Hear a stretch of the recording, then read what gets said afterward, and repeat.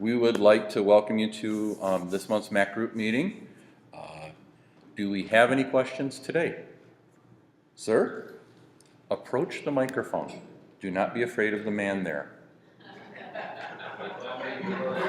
Maybe a little. Pay no attention to the man. I don't know if you've got this on your agenda for today. If not, I'm going to ask it. Should we be very afraid of the new iTunes update? Yes and no.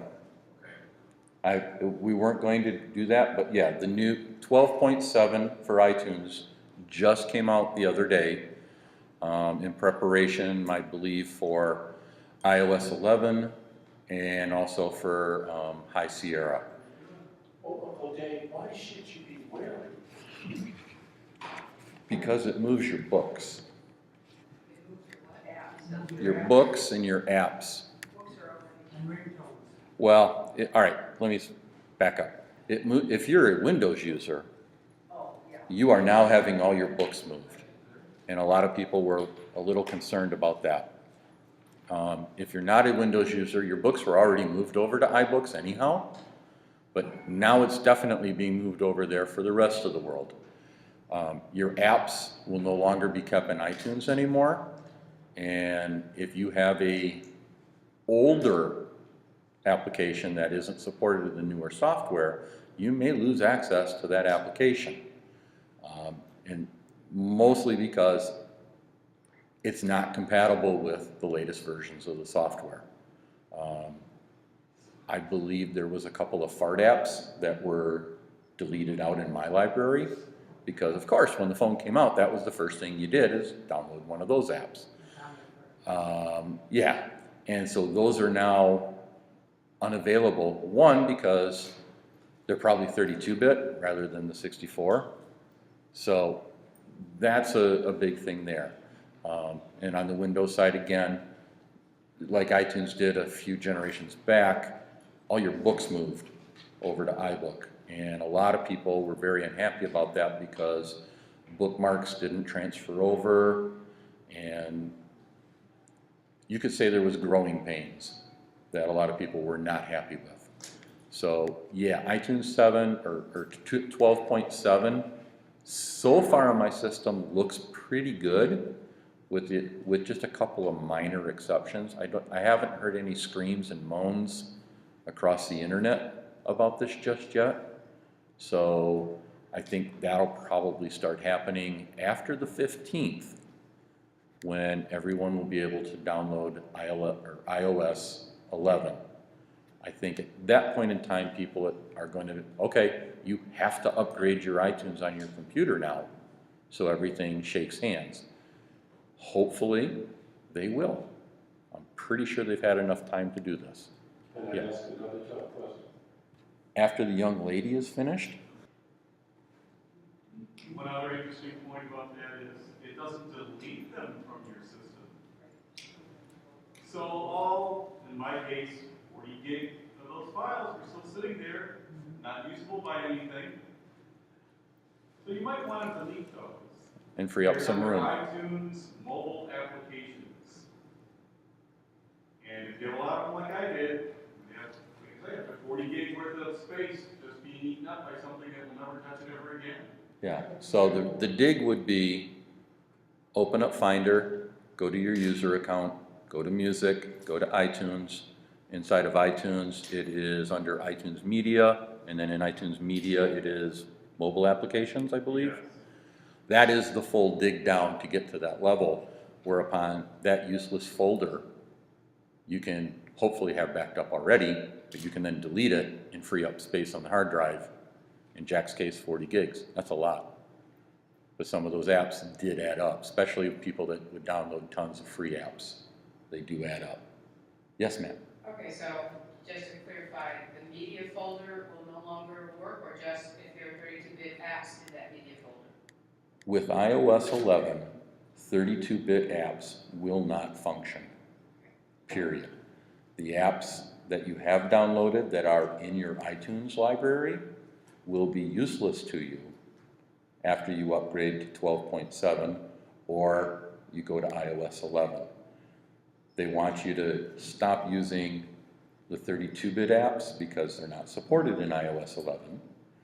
And also there are a lot of apps that the developers have not updated in 5 years that they would like to flush out of the App Store. And this is one way for them to do that. But these are also apps that, again, nobody's updated them in a long, long time. And so they're essentially vaporware.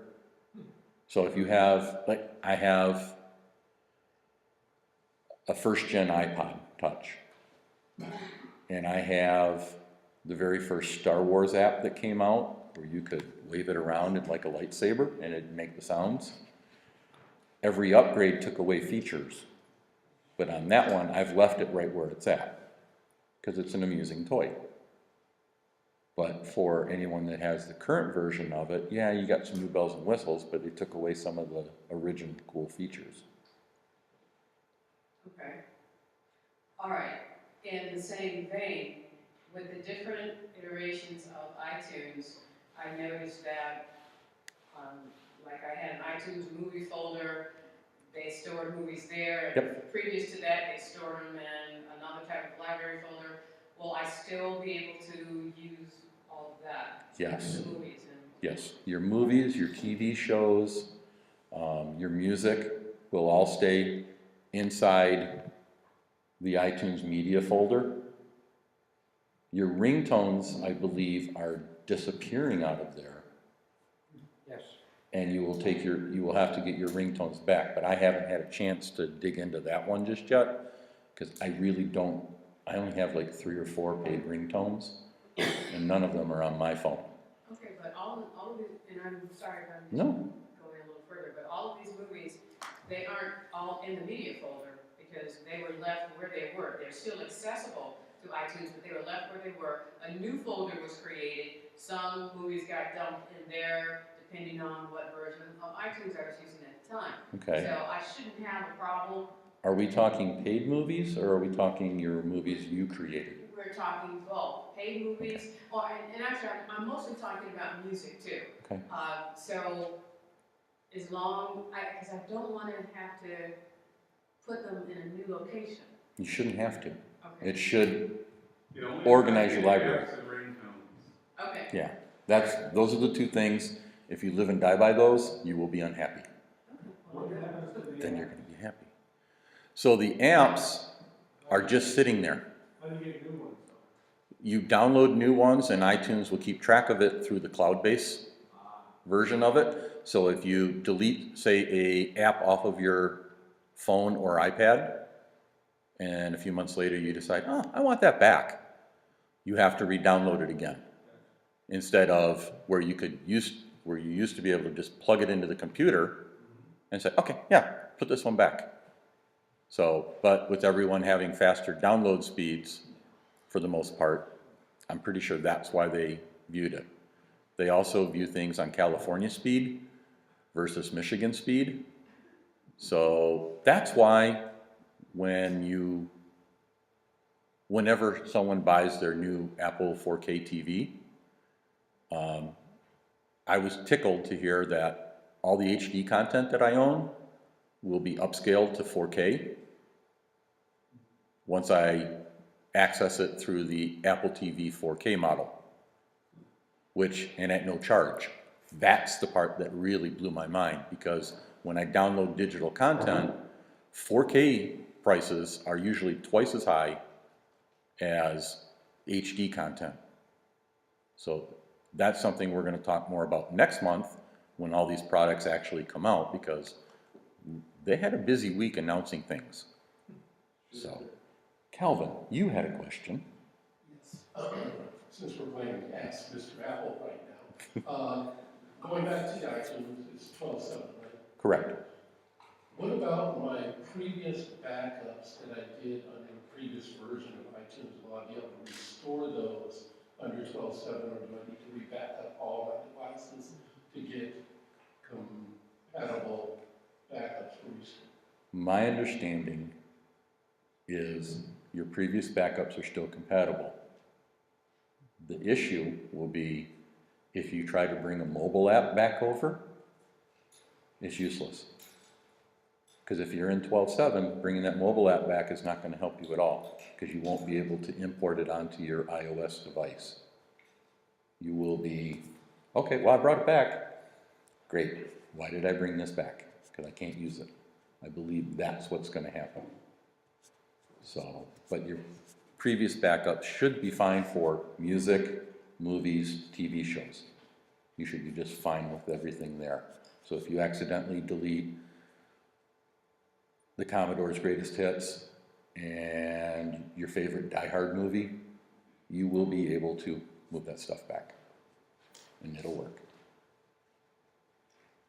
I had to restore my iPad a few times because I was testing some of the latest stuff and was having a problem, and I needed to wipe and restore and all that. In the old days, you plugged it into the iTunes and then it re-downloaded and restored the apps from your iTunes backup. What happens now if you need to completely restore a device as a new, not as a new device, as from a previous backup? If you restore from a previous backup, it will bring everything back the way you had it. But it's not going to bring back, are we speaking iTunes still? Yeah, iTunes. Okay, so again,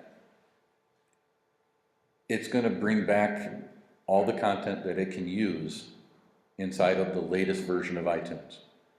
So the apps, though, will they automatically get restored from the App Store, or do you have to manually then re-download all the apps? You have to manually re-download your They'll apps. download it automatically. But When you do a restore, they'll download it automatically, because the restore knows what apps you had, it just doesn't Right. restore them, but it knows what you had.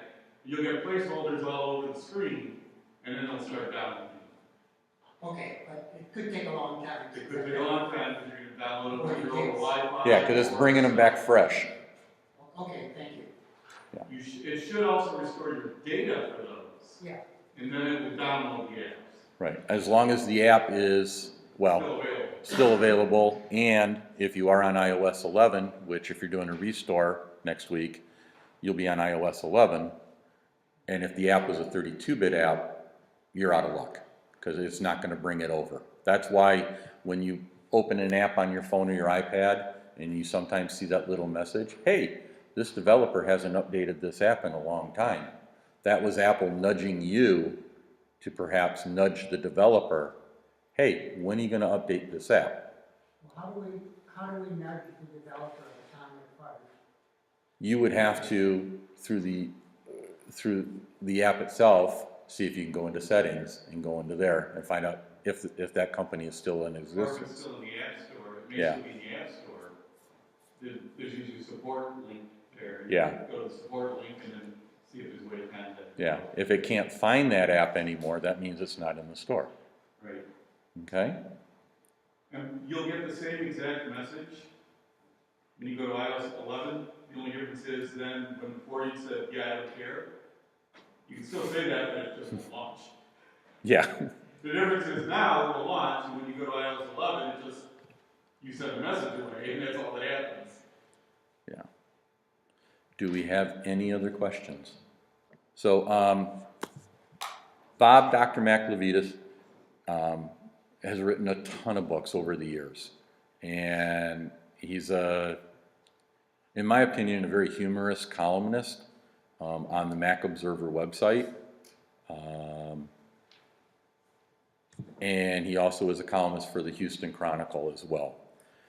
He's written tons of books on the Apple ecosystem, all the different devices, and software as well as operating systems. Very knowledgeable guy. His latest book is called Working Smarter for Mac Users. And I am going to switch over to Skype right now so we can join him and get this ball rolling.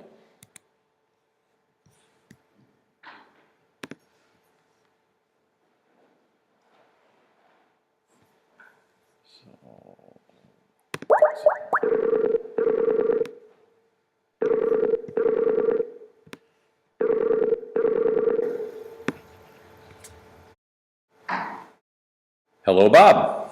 What's up? How are You guys you? ready? Are you guys ready to rock and roll? Yes, I think we are. Cool. All right, let me close some windows. Yeah. Oh boy. How's the weather up there in Detroit? It is delightfully 80 degrees and sunny, which this time of the year is awfully warm, but we'll take it. Yeah, I haven't had good weather yet.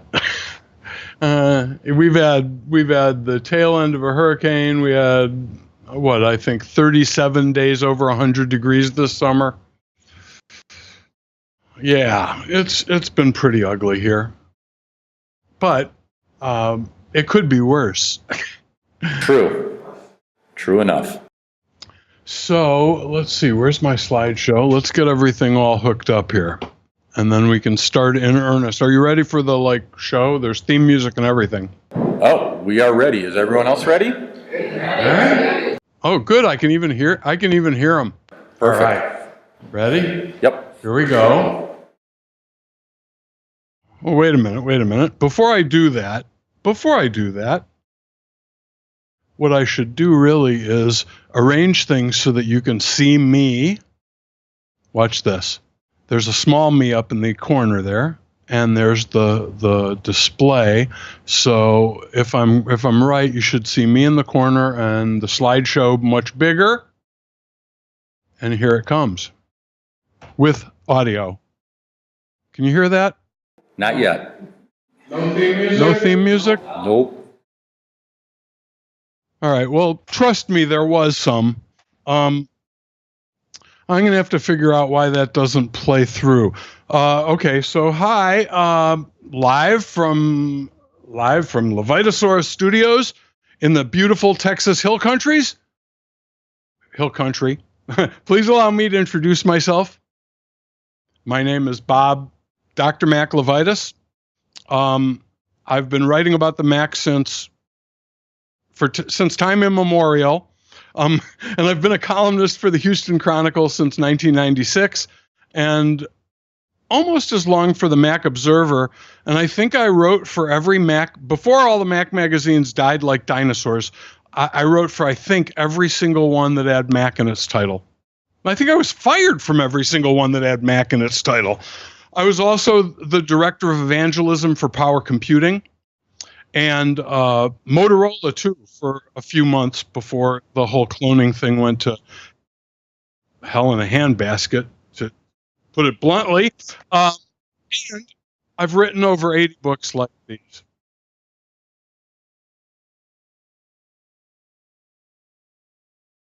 That's a lot of books.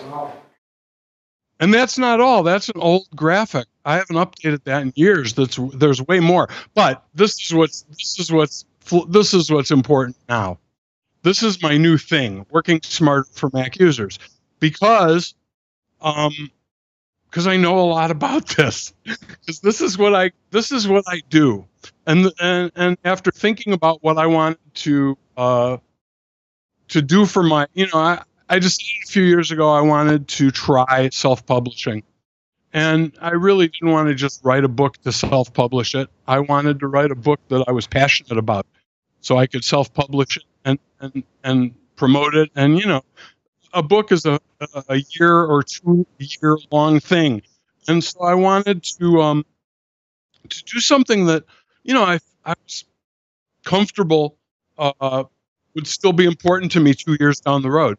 And working smarter, the whole idea of working smarter really is important to me, because, and here's the thing, when I started out writing about the Mac, I was drawn to writing about personal productivity. My first book, Dr. Macintosh, was all about how to be a power user and how to do things better, faster, and more elegantly. Well, I didn't know it at the time, but about, I guess, when I was in my 40s, I found out I have ADD, or ADHD, which is the attention deficit thing, and that my brain works differently from other people's, unless they also have ADD. But I learned a lot about attention spans and focus and getting things done. And so when I decided to start my own publishing company, Working Smarter for Mac Users is the only thing I could think of that I really wanted to write and promote and be for the next couple of years. And now I'm about a year in. The book's been on sale since February, and I'm just thrilled being a solopreneur. It's just the greatest thing. I went for some of this because this is the first book I've ever written that lends itself to me reading to you from the book, but I will. I've never been able to do that before. Can you imagine trying to read like for Dummies book? Ugh. Not happening. You'll like this. The intro is really fun. All right, so I'm going to tell you a little about Working Smarter, and then I'm going to read the introduction and prelude. All right, so what is Working Smarter? Number one, it's my new company, my new book, my new thing. I've got my new website. There it is, workingsmarterformacusers.com, because all the other good ones were taken. And it's the title of my ebook and my new online course, and it's even, as all good companies have, got its own mission statement. There it is. My mission is to teach you, because you're Mac users, right? Are you the oldest Mac user group still alive? I don't think we're the oldest Mac users group, but I am pretty sure we are in the top 10. Well, there's only how many are left? That is true as well. You're in the top 10 out of 11? No, I don't know. Hopefully. I don't know. But that's amazing that you guys have been a Mac user group since when? 1986. We've just celebrated 31 years. Unbelievable. Cap Mac in Austin is about 30. But most of the ones that I used to know aren't around anymore. It's sad. So congratulations to you for figuring out how to do it in the face of the internet, which really killed most of the user groups. If you figured out a way to make people, interested in this day and age, done something significant. I know that because there used to be a user group in every town, and they'd get lots of people to their meetings every week or every month. And today, a good user group is a rare thing. Not every city has one. True. So be grateful there. All right, so there's my little thing, and we're going to go to the introduction. But first, I'm going to change the video stuff because for reading to you, I've got another configuration. Watch this. We'll get rid of the little me. We'll get rid of the monoprice. We'll get the wide view, right? And then get the slides up to the left, right? And then the slides will be, where are they? Over there? Over there. Slides are over there. And I'll be talking over here. Oh, and you know what I forgot? Watch this. I forgot to turn on the lights.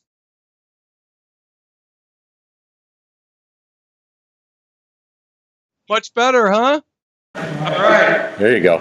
Now, let's go into the slideshow and, well, you've already seen this slide and the next couple, but I'm just going to, it'll be faster to just go through them like this. Ready?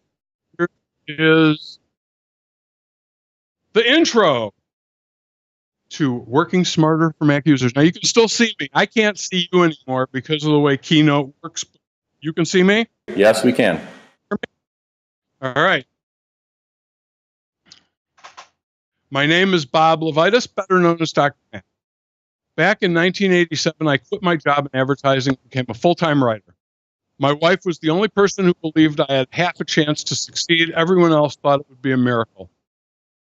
My friends and family will gleefully tell you I'm the laziest person they've ever met. I'm a world-class procrastinator with the attention span of a gnat. And everyone who's ever talked to me for more than a minute can tell you that my stream of consciousness rants jump from topic to topic like a hyperactive Super Bowl. I also have the annoying habit of changing the subject mid-sentence, often for no apparent reason.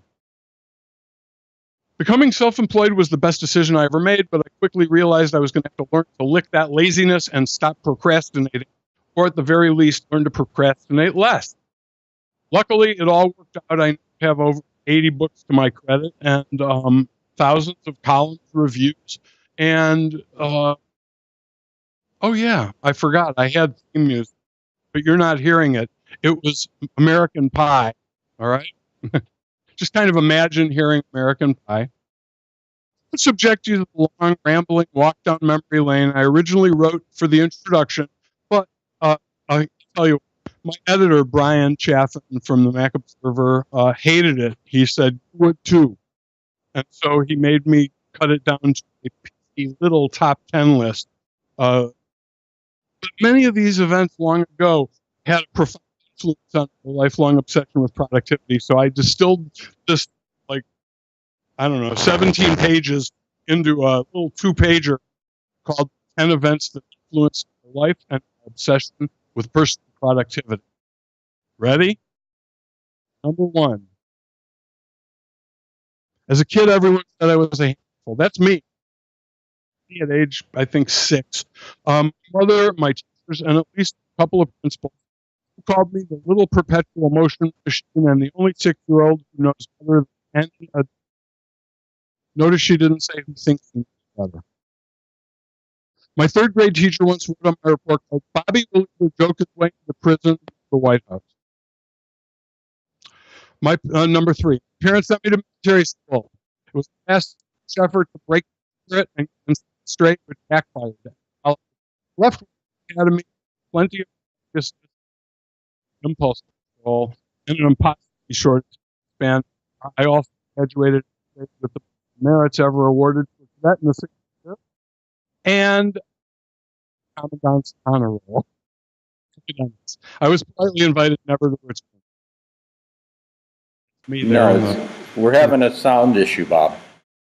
We are. Yeah, you're cutting in and out on us. 1, 2, 3. Here we go.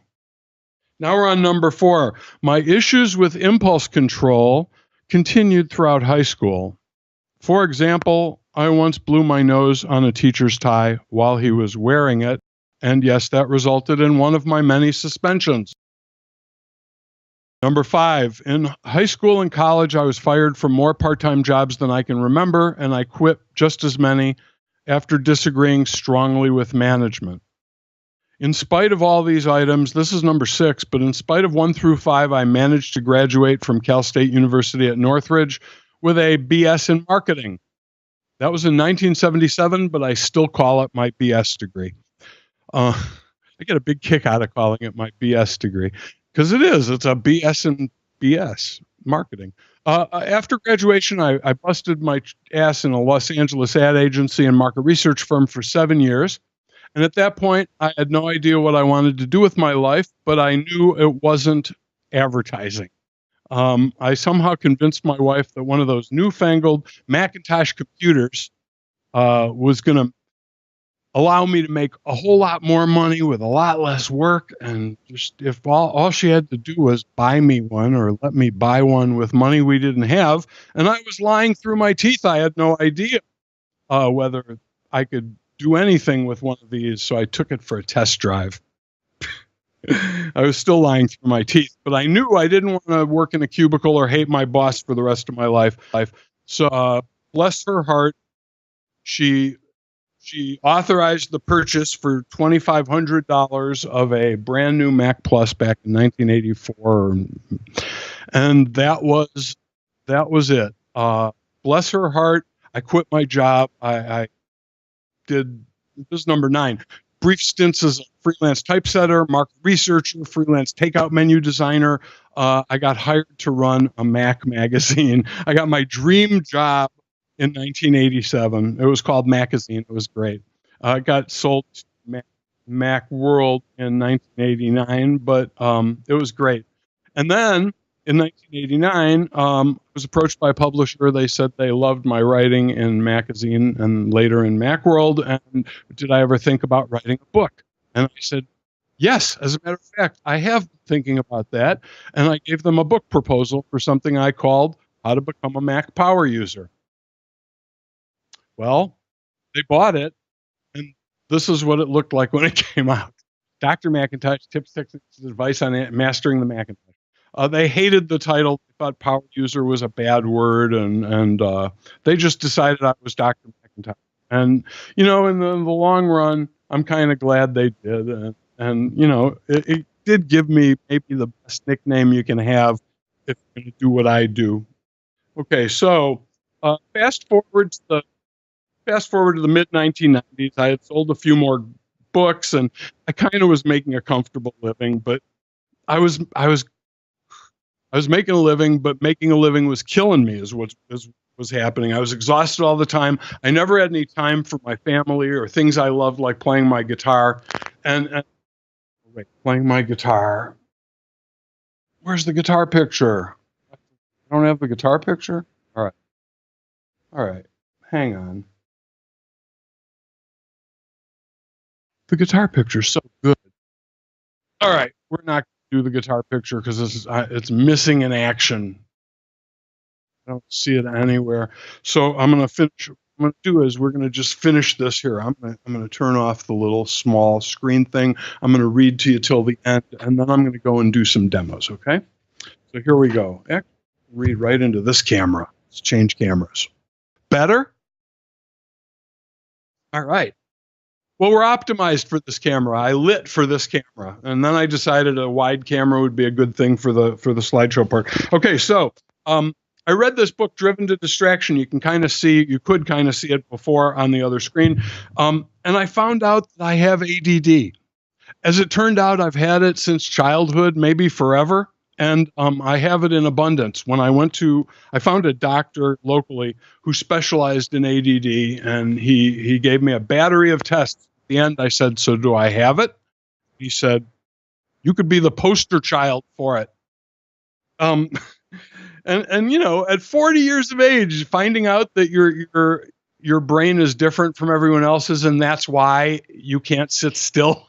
It was a great thing for me. I was so thrilled to find out that it wasn't because I'm an idiot. It wasn't because I have the fidgets. It was because I have this thing that's, easily defined by taking a few tests. I have ADD. I have no attention span whatsoever. I need to be flogged into paying attention for more than a few seconds at a time, which is very weird considering the hallmark of being a writer is being able to keep your ass in the chair, right? So that I was able to do that before I found out about ADD is pretty remarkable. And that I do it now isn't so remarkable because I've developed all these techniques and tricks and tips and plans that help me not be so likely to do something else instead of what I should be doing. And so this book is really different from all my other books, totally different. My other books are Mac books. They're instructional books. They have step-by-step instructions about stuff. And there's some of that in here. But in printed books, I have no control. See, this is an ebook only. You can buy the printed copy like this at Amazon for $30. And that's because that's how much it costs to do it. But if you buy the ebook for $19.99, it's way better, and I'll tell you why. I have a commercial on YouTube. Don't buy the hard copy of my book. And here's why. It's right here in the introduction of the book. Number one, in printed books, I have no control over the size and placement of screenshots and illustrations. People tell me all the time in the dummies books, they can't read the pictures. They're too small. And so in my ebook, the pictures, you click on them and they grow to full screen, and you can zoom in even further if you need to. Another thing about ebooks, with a hard copy book, I can't do video. With a ebook, I can add video where it's appropriate, and I'll show you one of the videos in a couple minutes that's in the book. But it's great because it saves you from reading 2 or 3 pages of step-by-step instruction, and it gets the point across, I think, a lot better and more clearly in less time and fewer pages. And then finally, because it's an ebook, it'll never go out of date. I've been going through it looking for anything that High Sierra will change, and it doesn't look like I have to change a word this year. But next year, I'm sure I will. But the thing is, if you bought it, you'll get an email that says it's been updated, and the things that were broken by the new operating system, or if one of the apps I wrote about changes, I'll be able to update the book and at no charge to you say, hey, download the newest version. I can't do that if it's print. If it's print, you'd have to buy another $30 copy every time I made a change. So I've already done one update, and it looks like I'll do another one if I find anything from High Sierra that is different. But really, you know, when I do a dummies book, if there's a mistake or if something is changed by Apple after we go to press, it may never get fixed, or if it gets fixed, it may be 6 months to a year before that copy is in the pipeline, you know, to people. And of course, people who bought one will never get one unless they buy another copy. And who's going to do that for, you know, a simple up? It's just, it's crazy. And so, and plus I'm saving trees. Very important. Okay. So I spent over 25 years figuring out how to do more work in less time. And I promise you this, I can teach you how in however long it takes you to either read the book or take the course. So without further ado, what I'd like to do next is show you a bit of working smarter. So here's some demos. Oh, wait. We should put me up in the corner if I'm going to do this. Let's turn on this thing here and that thing and turn that off. Here we go. Okay, I'm ready. And so are you.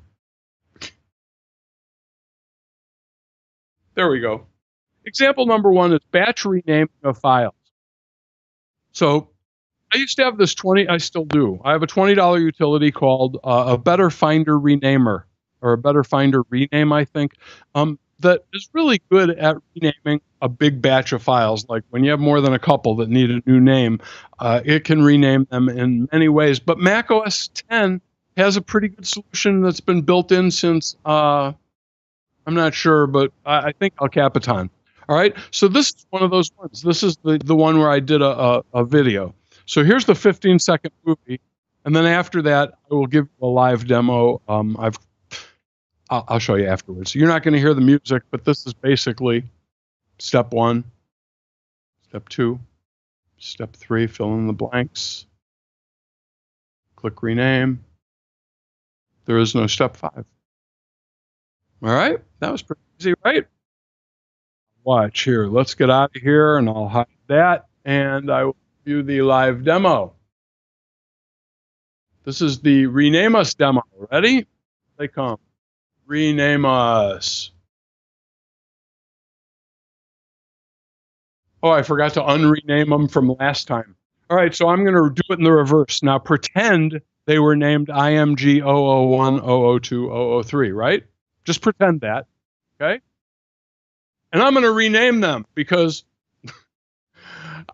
I want them to be called Image 001, 002, 003, 004. See, now that's more like a folder somebody might send me. And those are all pictures, but I don't know what they are. I can look at them in the preview column, or I can slap the space bar to look at them. But wouldn't it be nicer if their file names reflected that they were an alligator and babies? You see that? That is an alligator and babies.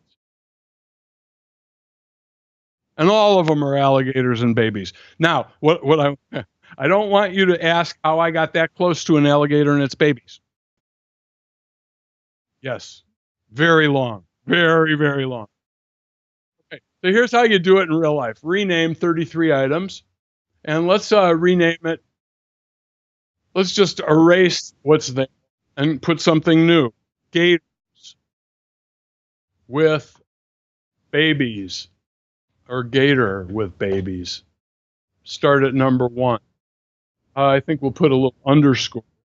Easier to read, and rename.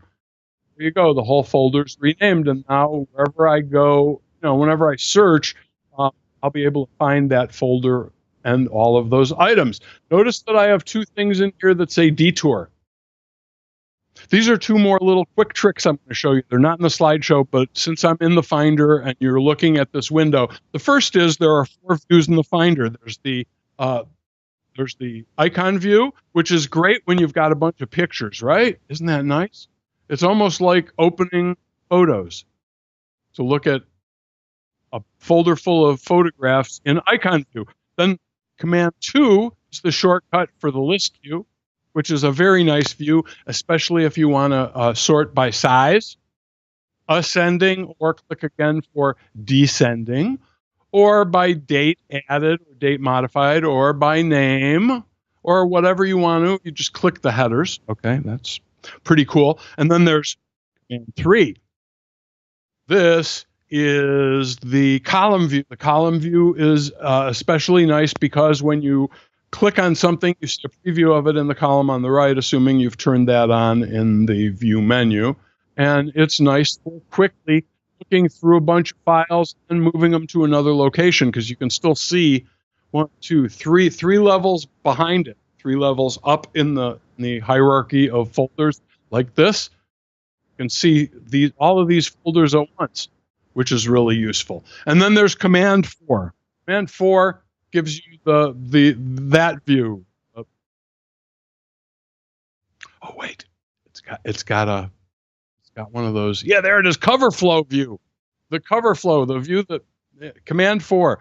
I only know it's Command 4 because I know the other 3 by heart. I never used this view. Okay, so that was one of them. The second detour is when you have a bunch of stuff and you want to put it all in a new folder. So say I wanted to get all of these guys and put them in a different folder and then move the whole folder somewhere. So I would just right click on them in a new folder with selection, and they all go in there. And then I can add Gator Babies folder.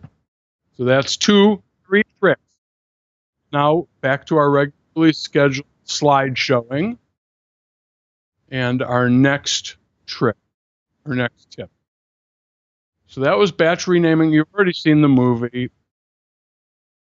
Number 2. So you want to be a dictator. Not that kind. So here's the thing. Did you know that you don't have to buy Dragon anything anymore if you want to dictate to your Mac? I know that if you're an iOS user, you certainly have figured out that you can dictate to your iPhone or your iPad. And as of, I guess, El Capitan, or maybe one of the other ones later than that, but at some point Apple added dictation. And so you can actually dictate words to a file, to Word or Pages or whatever it is you're working, mail. You can talk instead of type if you care to, and it's free. And you do all of this right in System Preferences. I'm not going to do that for you now. The instructions are available. They're in the book and they're in the course, and you could probably figure it out yourself. It's in the keyboard System Preference pane. Anyway, I would like to show you what it looks like to be able to dictate. And I was going to demonstrate this live, but the first 3 times I tried it while we were on Skype, it crashed Skype. So somehow I don't think I can dictate and encode outgoing video at the same time. However, once you've enabled it in the keyboard System Preference pane, I've made a little movie of the thrilling conclusion, which is basically what happens when you dictate, and here's what it looks like. Now you won't be able to hear me talk, but read my lips, okay? Because you're not hearing the audio from here. Have you ever wanted to become a dictator? Not that kind. I meant the kind that talks to their Mac instead of typing. If you don't like to type, or if you can't type, due to a repetitive strain injury or other ailment, dictation may be just the ticket. Or if typing fast isn't your thing, maybe dictation will be. And even if you love to type, dictation can be kind of nice as a change of pace. Dictation may also be faster than typing, especially if you can talk clearly and quickly, or you type slowly and poorly.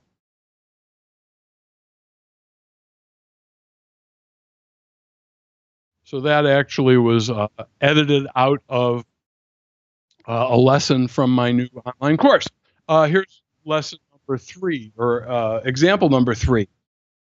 This one I'm going to do a demo of also, because this is better shown than told.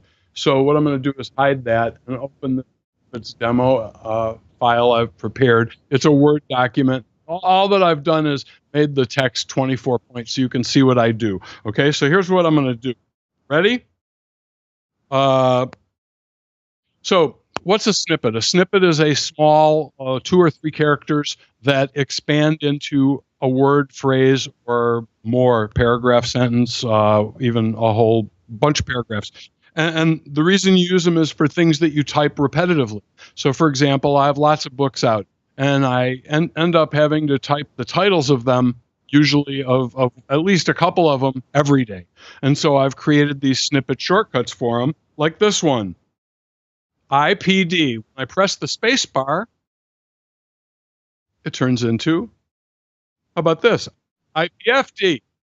That's the other one that's like that. And SFD. When I press space, boom. So, think about how many characters that is that I did not type just now. Okay, that'll save you a lot of time. Here are some other ideas. I have a lot of email addresses, and most of them are long and finger twisty. So I've created snippets that will make them happen. Watch this. So there's Bob LeVitus at boblevitus.com, Bob LeVitus at Bob LeVitus at mac.com or me.com, Bob LeVitus at iCloud.com, Bob LeVitus at Bob LeVitus at gmail.com, and of course, Bob at workingsmarterformacusers.com. Now, if I click here, I have typed 188 words with spaces, right? 188 characters, I mean. But I really only typed 3, 6, 9, 12, 15, 17, 23 characters or 24 characters, right? So that saved me a boatload of time, and it does it all day long, every day. And anytime I find myself typing something more than a couple of times a day, I make a snippet from it. So, for example, it occurred to me that people kept writing. I'd like to review this product. It's called Windows Discomatic. And so I got so tired of typing, hey, didn't you notice that my middle name's Dr. Mac, my column's called Dr. Mac, and I've never written a word about Windows in my life? I got so tired of typing it that I created the snippet, no win. And when I type it, well, this isn't done by the Mac. This is done by Text Expander, but it pops up a window. I can choose the sign off. So where it says there is no option 5, there was something a lot less nice before, but this was for my presentation, so I cleaned it up a little. But I get to choose my closing remark there, depending on how stupid I thought they were. And then when I click OK, it inserts that right in. Windows Disc-O-Matic, and boom, I can send that. That took me a lot less time than typing it again. And then finally, I've got things like my email signature. When I have to fill out a form on a website and I want to write all that Bob LeVitus, Dr. Mac stuff, rather than typing all that, I've got it all stuck in a SIG space. So those are snippets. Now, you may be asking, how do you do that? Well, the good way is to buy a copy of Text Expander or Type It For Me or Typinator or any of the programs that do snippet and expansion. But the cheap way is you can do it right in System Preferences. And I'll show you how right now. I'll just give you a quick look at it, and you can play with it later. But know that if you fall in love with making snippets and expansions, you can have a much better experience for a few dollars. So they're in here in text. And so you type the text you want and then the replacement. So there's some of the ones I have. BD, Bob Dr. Mac LeVitus. BLC, Bob LeVitus. BIC, Bob iCloud. Bob LeVitus at boblevitus.com, Bob LeVitus at Gmail. Me. CTY, I'll call or text as soon as I can. GB, GarageBand, because that's the finger twister with the capital B in the middle. Et cetera, et cetera. So you just click the plus, you type what abbreviation. I'm having a brain spasm, so I'm not going to do one, only because everything I can think of is inappropriate. Go figure. Okay, so we'll go back to our slideshow. That's how you make snippets if you want to do them for free. And then if you don't want to do them for free, I recommend Text Expander. I really like that one. And now we got, I think, one more example. There we go. We're going to talk about procrastination and rabbit holes. You can see the rabbit, right? So the rabbit is there because I find that if I'm not paying attention, it's very easy for me to be drawn down a rabbit hole when I'm supposed to be working. What is a rabbit hole? Well, everybody's rabbit holes are different. Mine are looking for guitars that I can't afford on eBay, looking for Hawaiian shirts I don't need on eBay, buying fountain pens online from anybody that I don't need. I've got a few others, but those are the main ones. Luckily, that doesn't include, my list doesn't include cat videos and other stuff. But you can have almost any kind of rabbit hole, and sometimes they can suck you in for hours, and you just all of a sudden go, oh my gosh, the afternoon has gone by. How did that happen? And so, I do a bunch of things to prevent that from happening, at least prevent it from happening very often. And one of the things is I use something called the Pomodoro technique, which is you spend 25 minutes working on a single topic, project, whatever, something, without doing anything else. You don't answer the phone. You don't go check your email. You don't look at the tweet. As a matter of fact, if you're smart, you use the do not disturb feature so you don't see notifications and don't get tempted. Because if you don't go 25 minutes, you use a timer. And the reason it's called the Pomodoro technique is the guy that invented it used a tomato timer. And Pomodoro is apparently the Italian word for a tomato. So the Pomodoro technique, you set it for 25 minutes. If your ass leaves the chair or you stop doing what you're supposed to do, you have to start the 25 minutes over. And you have to keep doing it until you get it right. And then when you get it right, you take a short break and do it again.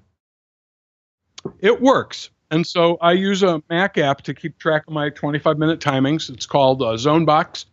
And I make a list in the morning of all the things I need to do. That's it there on the left. And then it shows me I'm in the middle of the newsletter task right now, and I've got 13 minutes, 29 seconds down, which means out of 25 minutes, I'm a little over halfway done.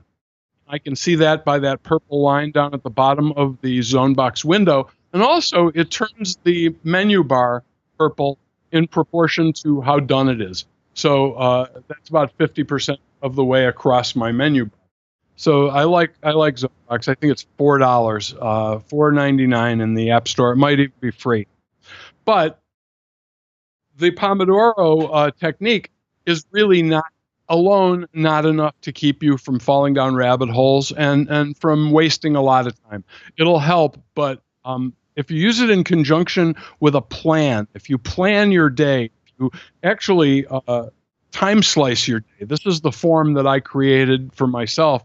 And that you can download free. I'm going to show you in a second where you can get it for free. But this is what I use every single day. It looks like this one. Every morning I come in the office and I fill one like that out. Every morning. Down the left side, what I'm going to do each of those hours between 6 a.m. and 7 p.m.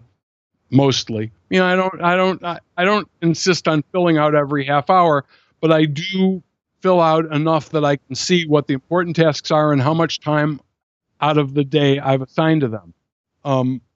Some people call this stuff time management, but I disagree. I don't think there is such a thing. You can't manage time. You can manage your activities within time, but time is time, and it passes at a fixed rate of 1,440 minutes per day. You can't make it have more or fewer. You can get things done sooner. So that's what I'm all about, is getting things done sooner. And the thing about this is when I have a list like this and I've isolated the 3 most important things that need to be done today, and I leave this on my desk all day right next to me where I can pick it up and look at it anytime I need to, this stuff gets done. It's almost like magic. But when it's there, right in front of you, you have a hard time getting away from it and pretending you didn't mean to do it today.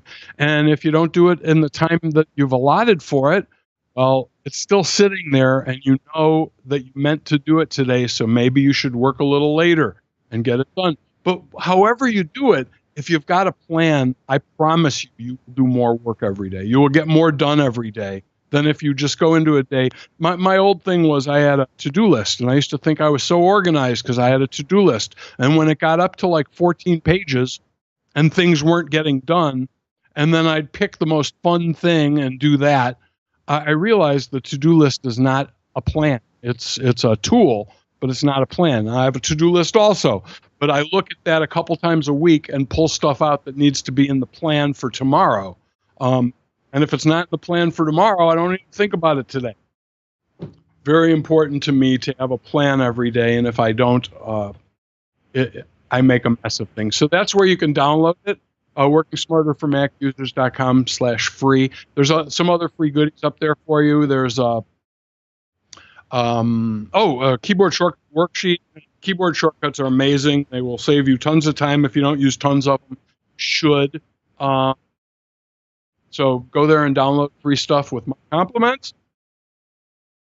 This is the, we're going to have a little love interlude.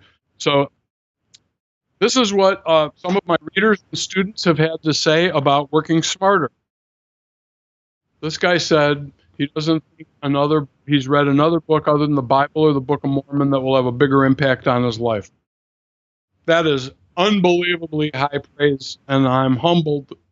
And I actually emailed him back and said, "Are you kidding?"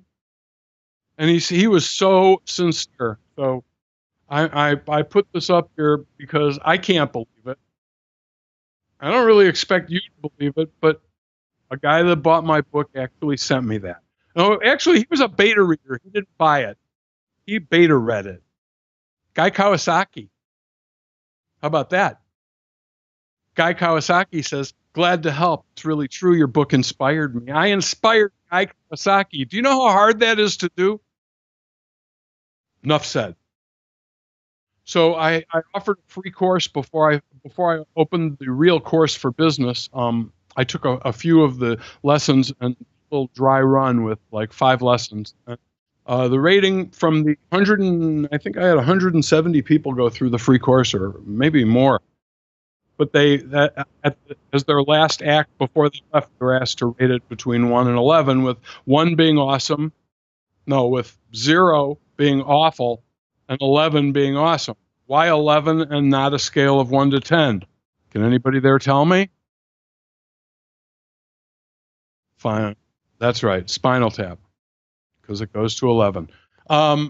This guy, Ron, said that working smarter can lead to more revenue. He really wished that I wrote the book 40 years ago. So do I. This book is transformational.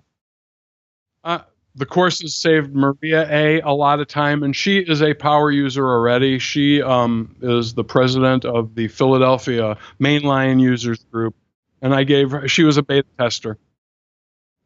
And she said, "I don't want to take this course. I already know everything." And I said, "Just take it and let me know if there's anything in it that you didn't know already." And she found a lot of stuff. So this is the close. I'm going to make this quick and painless if I can, because I don't like doing the sales part. So here's the thing. What's it going to cost me?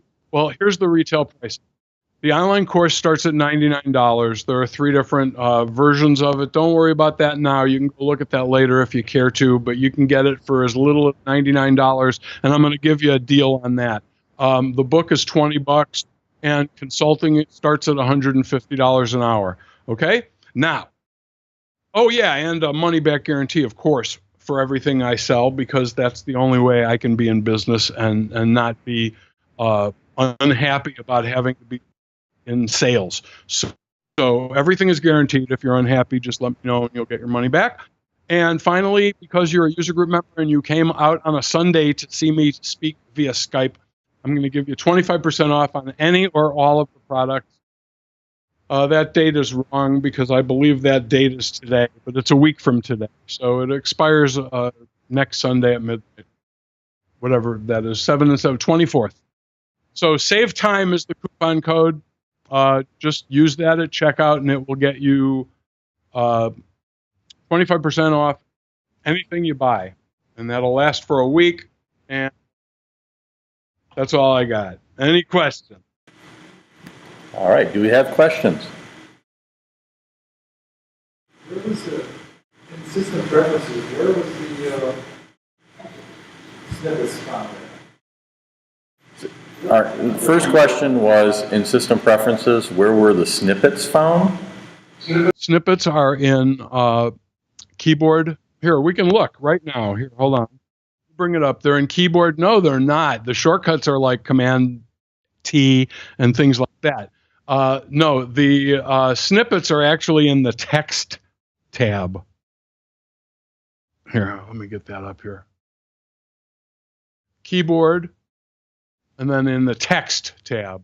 I know, it seems like they should be in shortcuts, but they're not. All right, give me a second. I'm going to block your face for a minute. Okay. Shortly. Hopefully. There we go. So you were at keyboard and text. Oh yeah, hold on. Let me put that picture back up so you can see it. Okay. There. Does that show you where you need to be? Okay. That's it. Awesome. I'm in too. Yeah. Okay. Oh, All right. There we go. Okay. Do we have any other questions for Bob?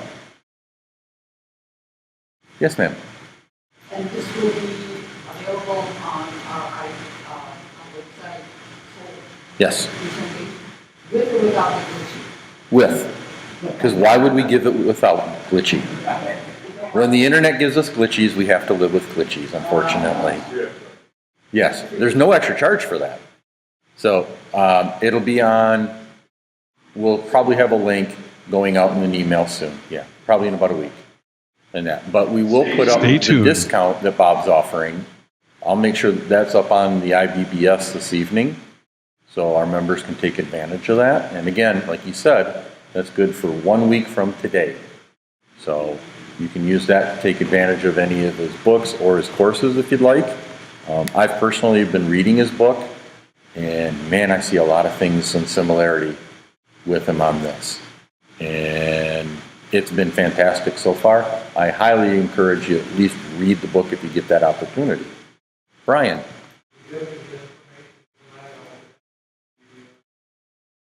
Not a problem. Of course, yes. Don't procrastinate is what you're telling me? Okay. I think I can work this one out this time. All right. Do we have any other questions for our guest today? Yes, sir. Been around as long as Apple's been around. The Apple I'm sorry? So the question was, is you've been around as long as Apple's been around. Where do you see the company going?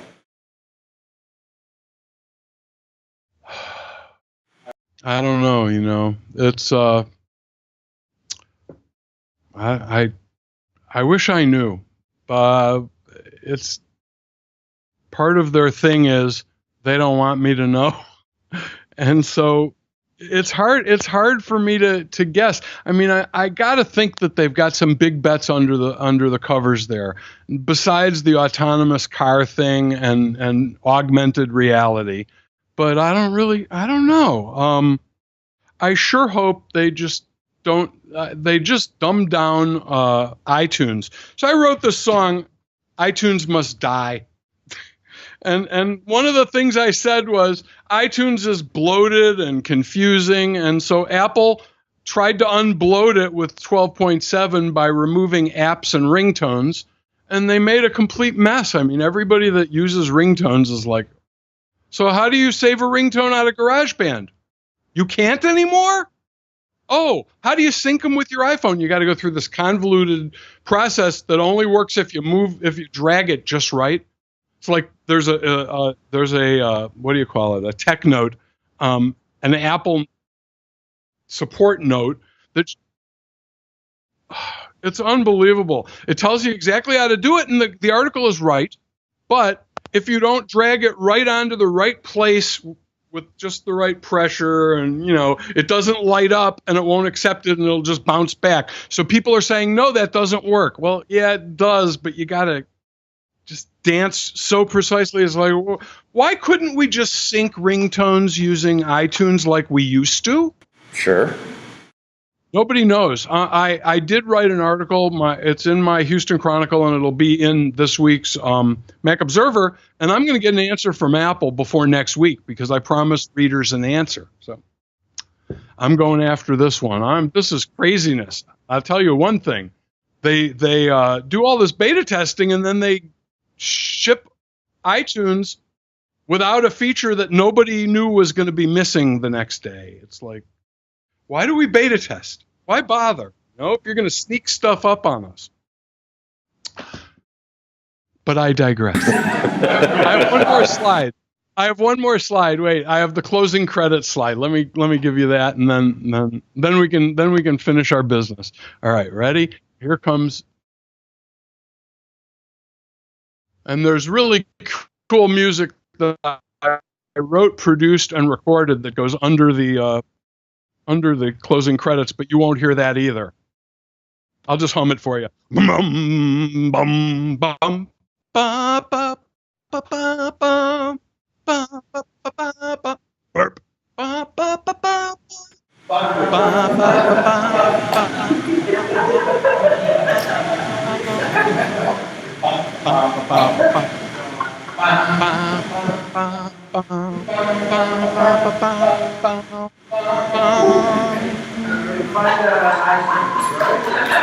Very good. Thank you.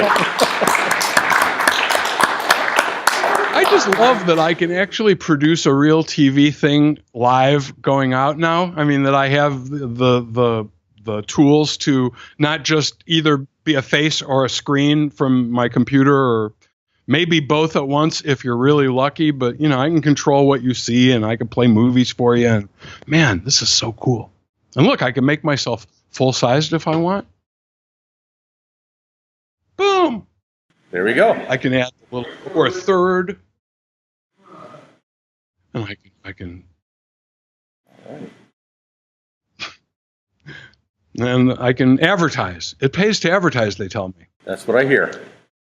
That's all the tricks I got. Okay. Well, thank you very, very much for joining us today. We do appreciate your time. My pleasure. Thanks so much for having me. Everyone? I can't do it without.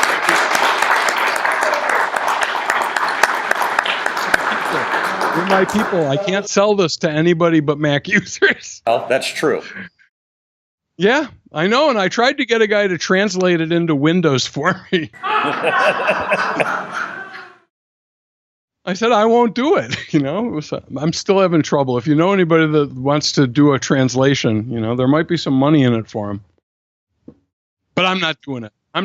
I got a sign on my wall that says, I do not do Windows, and I mean it. That would be admitting defeat, and I'm not doing it.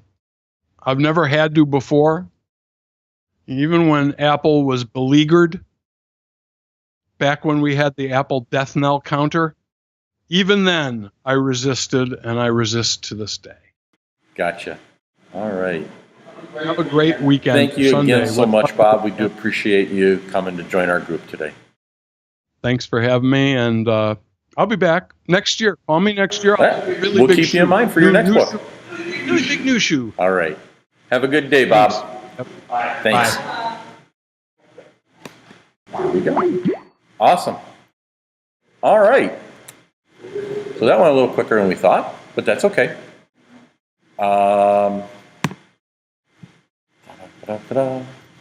So, yes. Answer. I have been reading his book. My wife is in love with him now because he's making me change some of my bad habits. Are there some things other than he's sharing the book? When I was reading the book, in particular, looking at some of the things about ADD and ADHD, like he said, you're reading this and suddenly you're like, am I looking at a mirror on some of the things? I am a procrastinator. If it can wait till tomorrow, next week is okay. So, yeah, that has always been my one downfall. And after I'm about halfway through the book, and my wife has even admitted that some of the things that I normally set aside, I'm actually taking care of and getting out of the way, so it's not a case of procrastination later. A number of people I work with use the text expander program at work because we're allowed to. And I never was much for it because I just didn't quite see the use for it. But now I'm looking at it, I'm like, God, it saves so much time, especially if what you're writing is repetitive. And in my job, customer drop phone, crack screen. Okay, I am really good at typing that really quickly.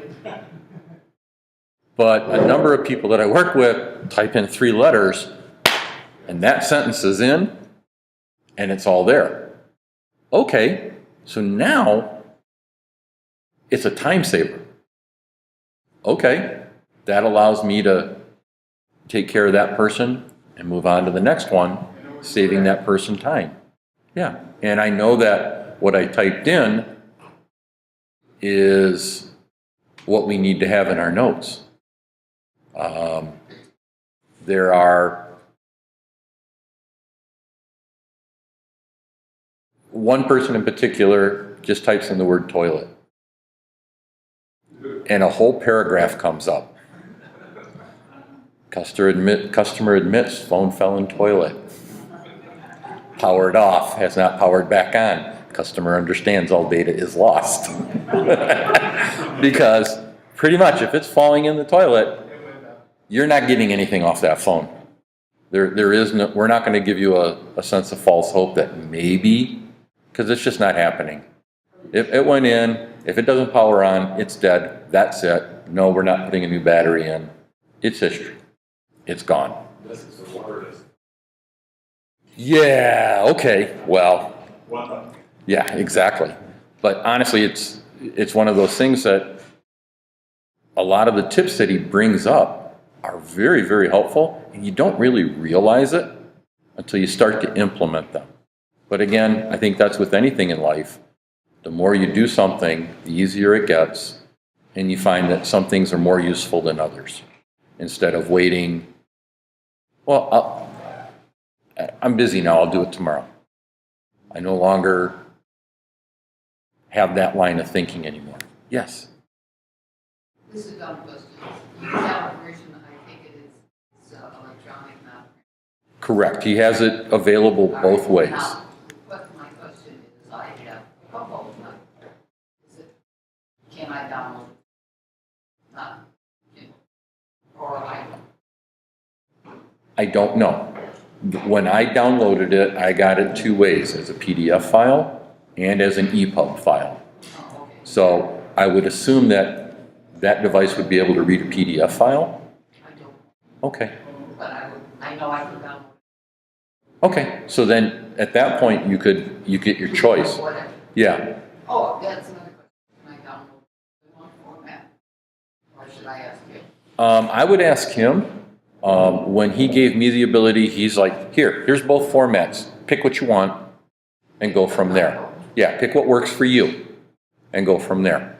So, yeah, I would just check with the device, the manufacturer of your device that you're using, and say, what do you prefer? A lot of people like EPUB to work that way. I believe that works on Kindles as well as like iPods and iPads. I got a photo. Okay.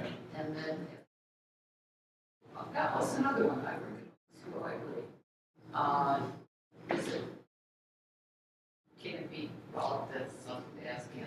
Right. Can it be added to our e-book library? I'll have to. Yeah, I would highly recommend you do that. Yeah. And that, if you visit his website, which we'll make sure is up on the IBBS, that should give you more information about what works best for you. I mean, It hurts me personally when someone says, don't buy the book, because I was in the printing business for 30 years. I'm a librarian. Right. I think print has. All of this stuff here, Yes. this is why I'm not in the printing business anymore. You know, for me personally, the first time Terry showed, hey, look what you can do with this PDF file of a catalog that now has video in it. Like he described, my job just walked out the door. Because why would someone want to put together a brochure or a catalog when they can throw a PDF file together, have music in it, have video in it, have forms in it that are fillable? Suddenly it's, okay, this is technology going that way. That's why we are members of this group, because we embrace it.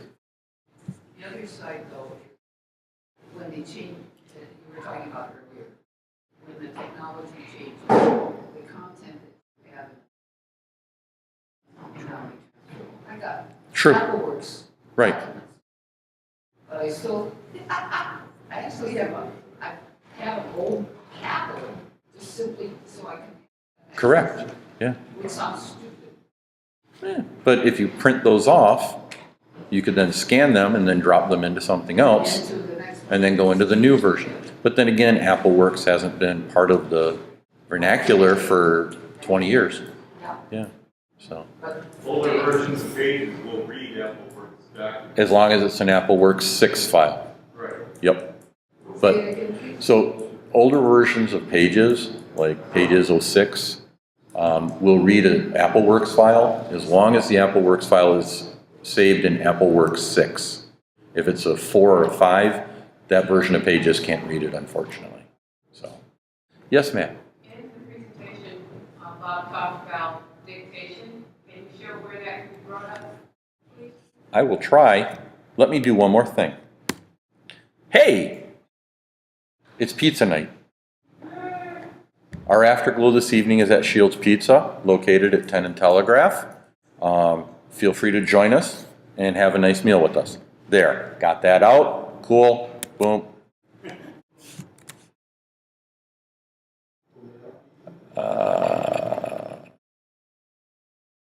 Yeah, that'll be fine. Okay. What am I doing again? Dictation, Dictation. should be under accessibility. No, on a keyboard. I thought it was keyboard. Dictation. See it? I'm gonna click on it, and there's dictation. The microphone is picking up my voice. I have it turned off.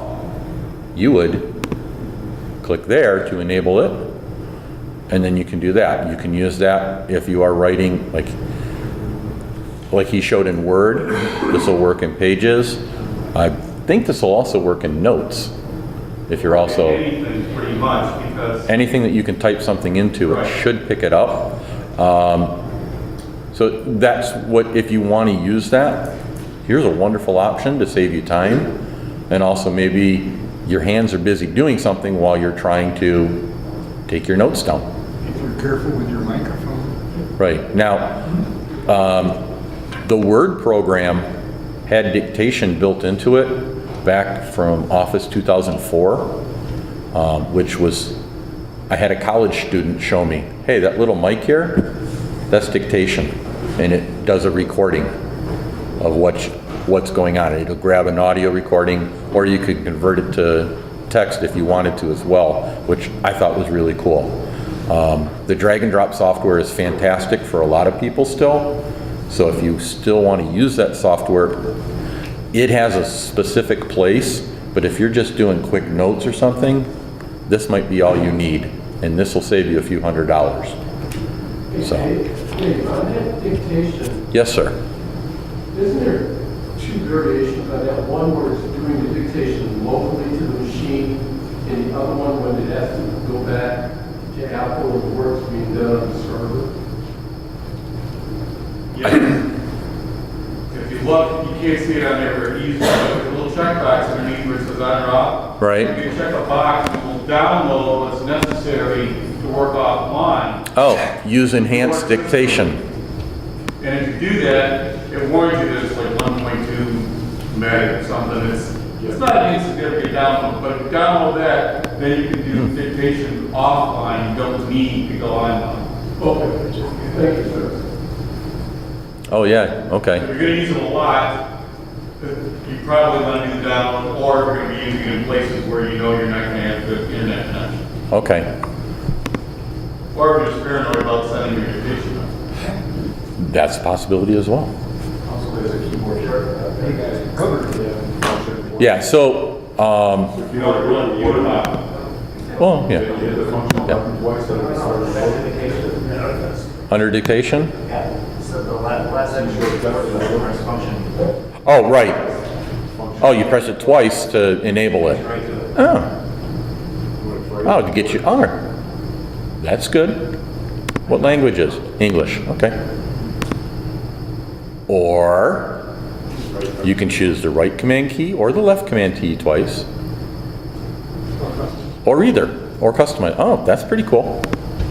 Oh, And the nice thing with that, we've all learned something. and you don't have to go all the way to preferences to turn it on.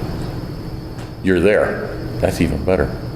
That's sort of like Lou was telling me earlier, his phone went into zoom mode on him.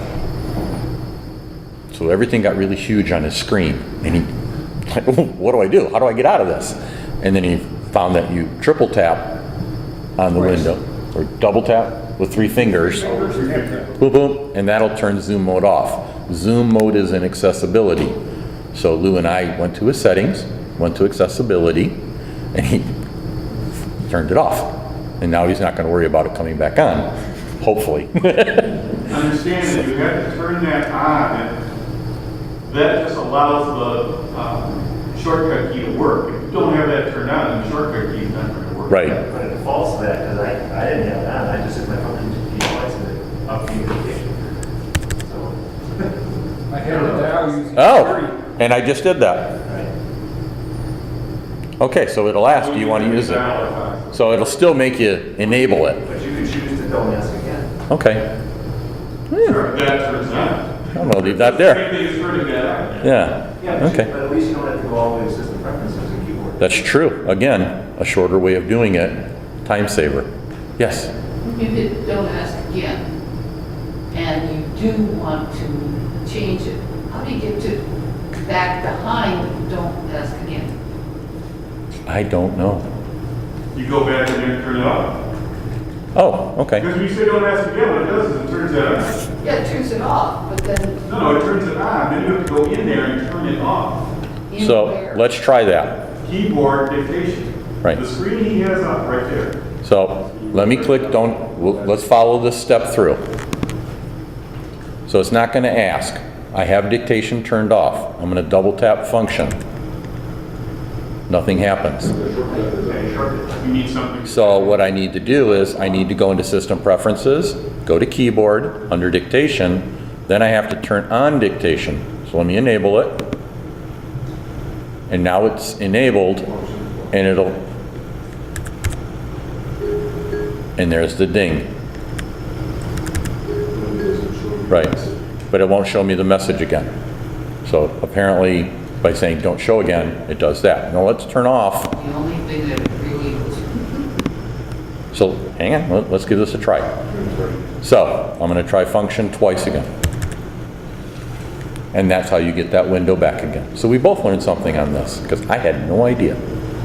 So that's great. So I'm going to go with not now because I really don't want it on at the moment. So that's good. All right. So, yes.